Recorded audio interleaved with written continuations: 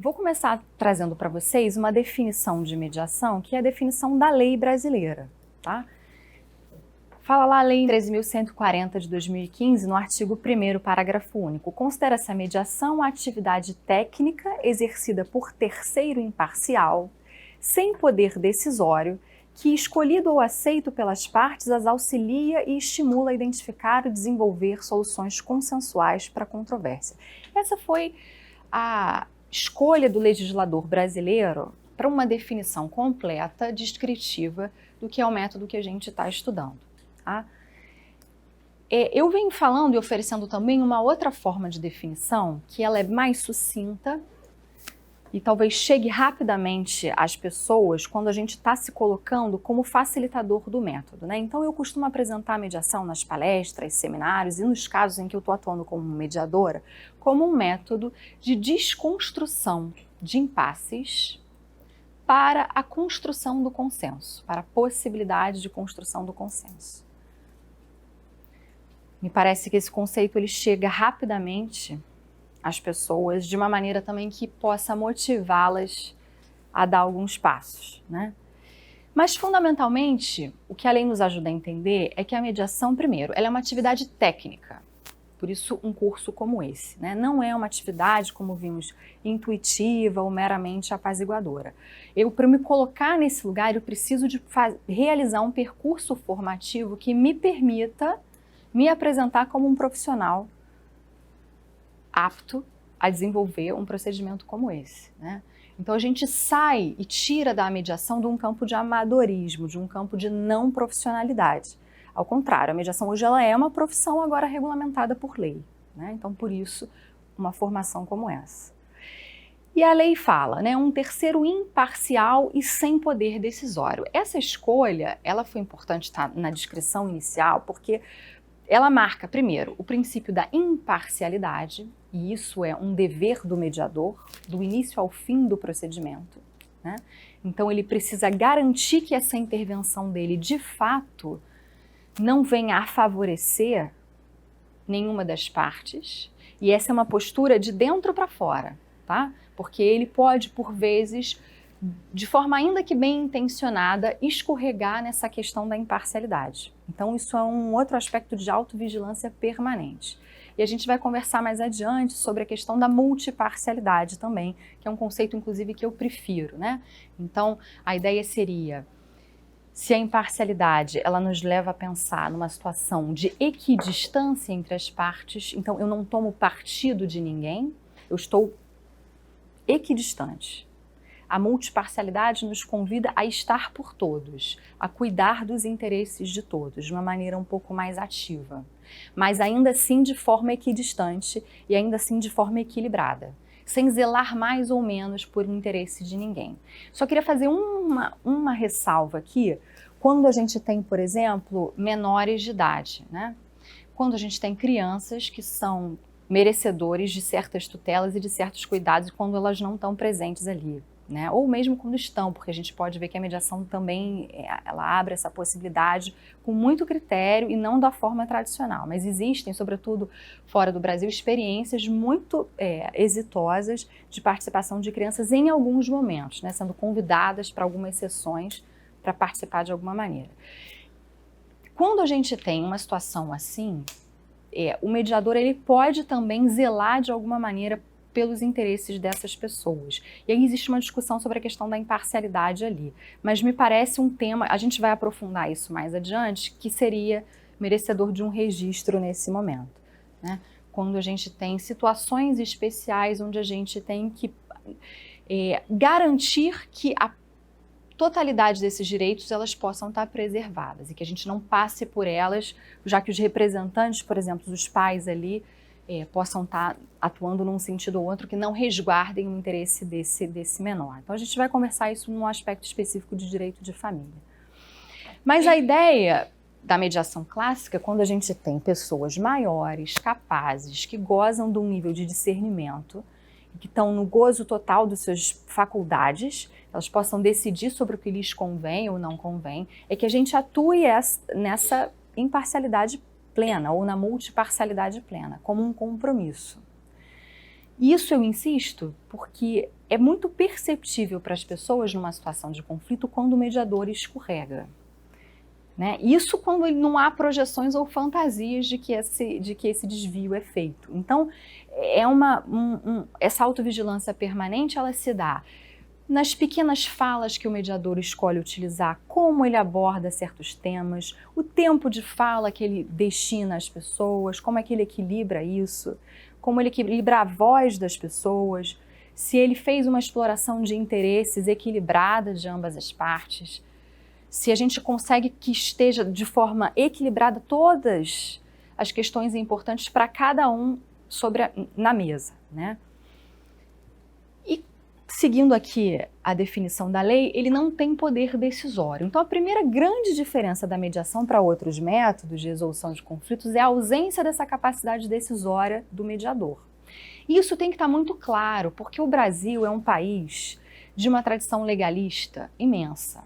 Há quantos anos existe no mundo a figura do magistrado? A gente poderia estudar a história do direito e o peso no imaginário coletivo dessa figura de autoridade, de alguém que decida pelas pessoas. A mediação, né, como uma roupagem contemporânea de uma prática que também faz parte da cultura humana desde tempos imemoriais, mas ela não tem essa memória recente de formalidade, tanto quanto o poder judiciário, né, e os métodos heterocompositivos, onde eu tenho um terceiro que decide, que impõe uma decisão.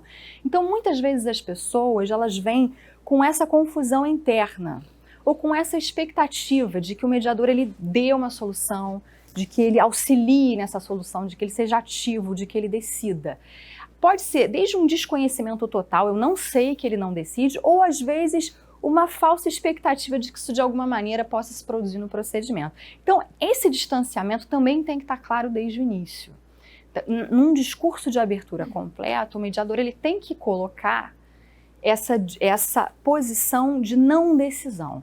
E a não decisão não é só a não decisão final, mas podem ser outros aspectos de pequenas decisões ao longo do procedimento, que a gente também tem que ter o cuidado para não gerar expectativas equivocadas e para não exercer e não atuar de uma maneira equivocada dentro dessas duas linhas, né? Ainda segundo a lei, ele é escolhido ou aceito pelas partes, né? Então, outro aspecto fundamental é que o mediador, ele precisa ter esse aval positivo das pessoas para que ele efetivamente atue.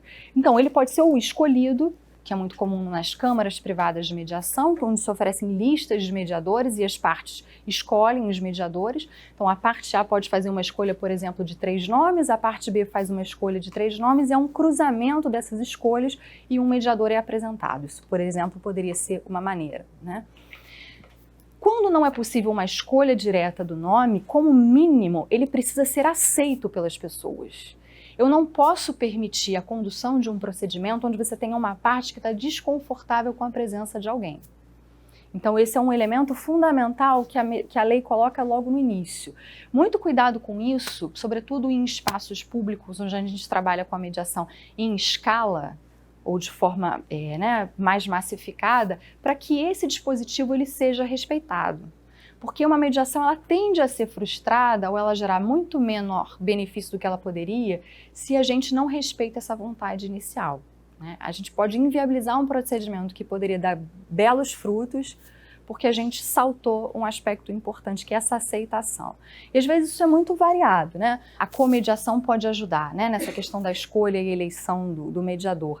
Às vezes existem situações onde você pode mesclar gêneros, você pode ter um comediador homem e uma comediadora mulher, e às vezes isso gera algum conforto, por exemplo, para situações em mediação de família. Não é a regra geral, a gente pode conduzir mediações de família com alto êxito com um mediador de um dos gêneros, mas às vezes as partes preferem porque elas se sentem refletidas ali de alguma maneira e isso gera maior conforto, né?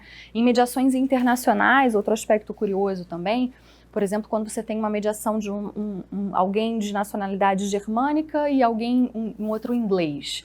Então, quem faz essa mediação é um suíço, que não está nem numa nacionalidade nem na outra nacionalidade, porque isso gera mais imparcialidade também. Então, alguns aspectos a gente pode comentar sobre essa questão da eleição do mediador, que contemplam essa ideia de satisfação inicial das pessoas com o procedimento. E a gente vai falar disso ao longo do curso. Fundamentalmente, o mediador ele é um profissional que auxilia e estimula a identificar ou desenvolver soluções consensuais para a controvérsia. Então aqui está o primeiro destaque também, porque seria a diferença da conciliação, né? Ele não vai oferecer nenhuma proposta de acordo, ele não pode sugerir, ele não pode propor, ele não pode introduzir nenhum elemento indutivo para as partes num caminho ou em outro. É fundamental que ele se detenha nas técnicas da mediação em si, que estão no cerne da facilitação desse diálogo, que é trazer mais qualidade ao diálogo e trazer mais qualidade a essa negociação. Seria reestruturar pautas dialógicas, reestruturar pautas negociais, de uma maneira em que a gente reveja a situação do conflito como ele é colocado. Então a gente faz uma reconstrução do conflito em si, uma reconstrução da maneira como as pessoas se comunicam sobre o conflito e uma reconstrução da maneira como elas negociam sobre o conflito. Dentro desses eixos é que a gente obtém uma resposta possivelmente favorável, mas é uma resposta que vem das partes. A autoria ela é absolutamente preservada. Quando a gente tem uma solução que não tem uma autoria plena, genuína das partes, a gente feriu algumas ideias essenciais do método. Se tem o dedo do mediador de uma forma muito descarada naquela decisão, cuidado, né? Porque o que pode acontecer é a gente gerar também, às vezes, uma insatisfação futura. Porque as pessoas tendem a responsabilizar o outro por algo que não me foi favorável se eu faço esse algo por uma sugestão, ainda que discreta, de outra pessoa. Existem diferenças no modelo de mediação, tá? Então, por exemplo, no modelo americano, a gente vai ver que eles têm menos pudor em fazer certas sugestões, tá? Eu tive presente em uma grande empresa de mediação, recentemente nos Estados Unidos, acompanhei várias sessões de mediação e a gente observa que, dependendo do perfil do mediador, lá eles têm uma cultura que é menos cuidadosa com esse aspecto. Mas o modelo brasileiro tendeu a uma opção pelo que a gente chama de uma mediação mais facilitativa e não avaliativa. Então essa facilitação, ela reserva ao mediador essa distância, essa não intervenção, essa não diretividade, essa não sugestão de soluções. Fundamentalmente, a ideia é que essa apresentação de sugestões ela não ocorra de forma alguma. Por vezes, entretanto, a gente pode provocar processos reflexivos para que as pessoas cheguem a certas possibilidades de reflexão, mas por elas próprias. Nunca por um estímulo direto do mediador, por uma sugestão direta.